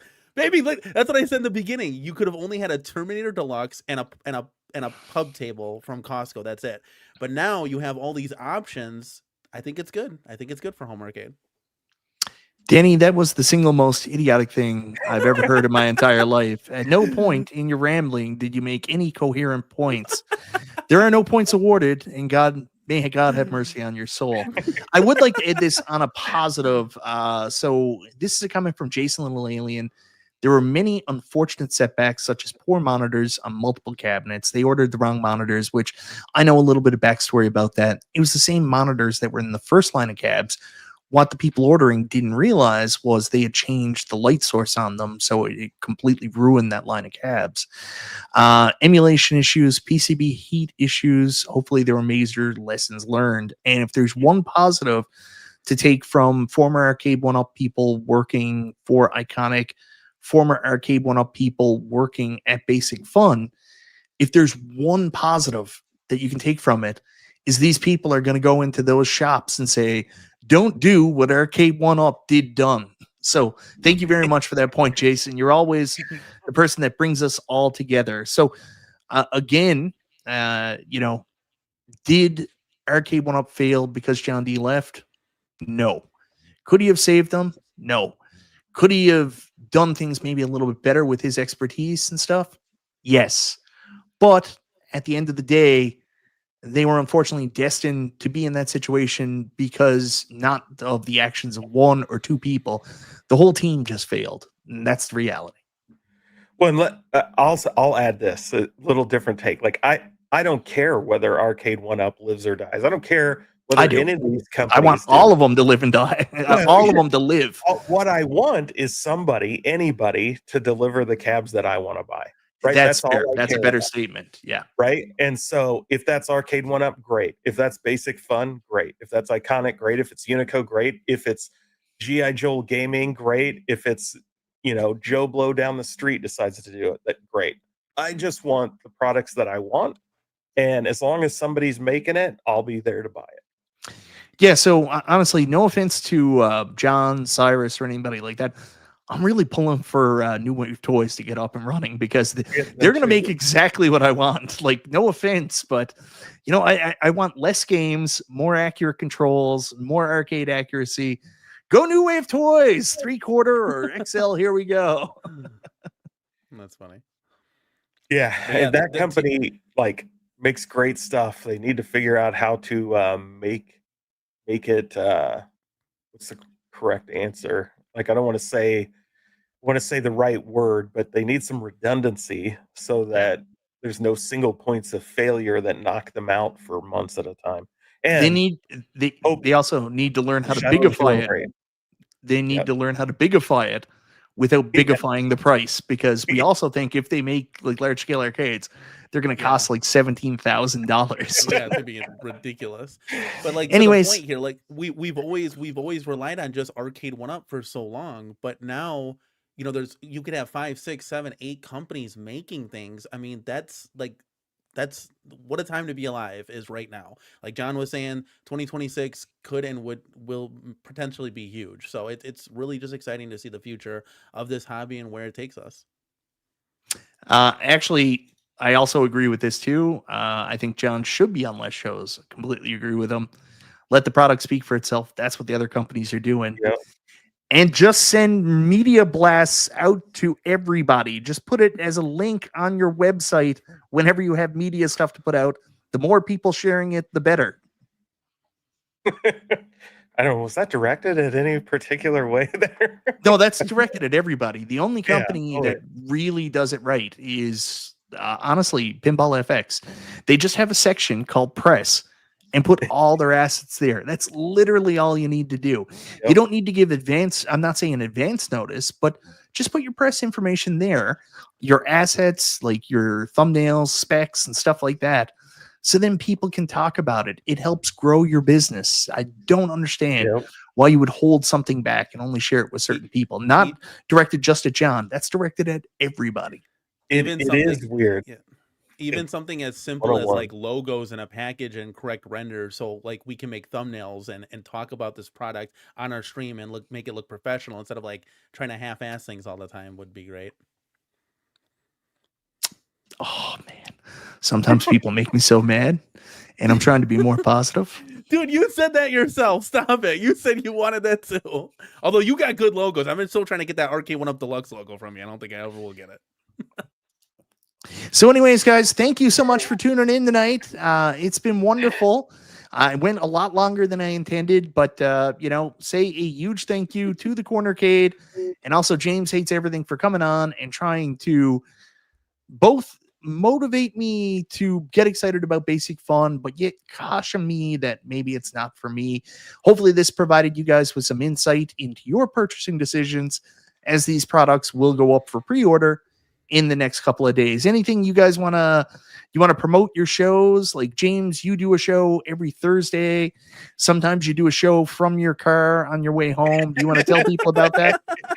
Yeah, so every Thursday at 8 or 8:15, depending on the week, I try to delay it a little bit when Yo Retro is doing something. So every Thursday I am 65-ish away from 3,000. So trying to hit that 3,000 mark by the end of the month. That'll be 2 years since I hit 1,000. So it'd be nice, or it would be a year since I hit 1,000. So it'd be nice to double that up in a 1 year span, just as a little goal of mine. So that's what I'm trying to hit. So got 3 weeks to get there. All right, Danny, I think you do a show too, don't you? Yep. Used to. I don't. Is that still on? 8 o'clock on Tuesdays, guys, is the place to be for sure. We have fun talking all the home arcade news that you could ever wish and desire for, and we're also all getting hyped and excited. So, and you got a fun Tuesdays. little community that stuck with you through everything. So, you know, if you want to go check Danny out, do so on Tuesdays. But I won't be there. I'll be watching the Far Superior That Gaming Show. But, you know, you can still go check out Danny too. 100%. And you don't stream every other night anymore like you used to? No, you know, when breaking news comes, we'll do that. But, you know, hey, James, you're going to be up against it this Thursday, man. Walkabout Golf, dude. New course. It's going to be rough, man. Every 2 months it happens. I'll live. Anyways, everybody, thank you so much. Sorry I kept you so long tonight. Hopefully you enjoyed my guest. Hopefully you enjoyed the discussion. And we'll see you next week on Chill and Chat with Michael B. And maybe even I'll do Super Game Room Dudes this Friday. We'll see. I got to learn to calm down on Super Game Room Dudes. Too angry all the time. Got to learn to control my anger. Goose Fraba. Goose Fraba. Anyways, thank you so much, everybody. Have a wonderful night. See you guys.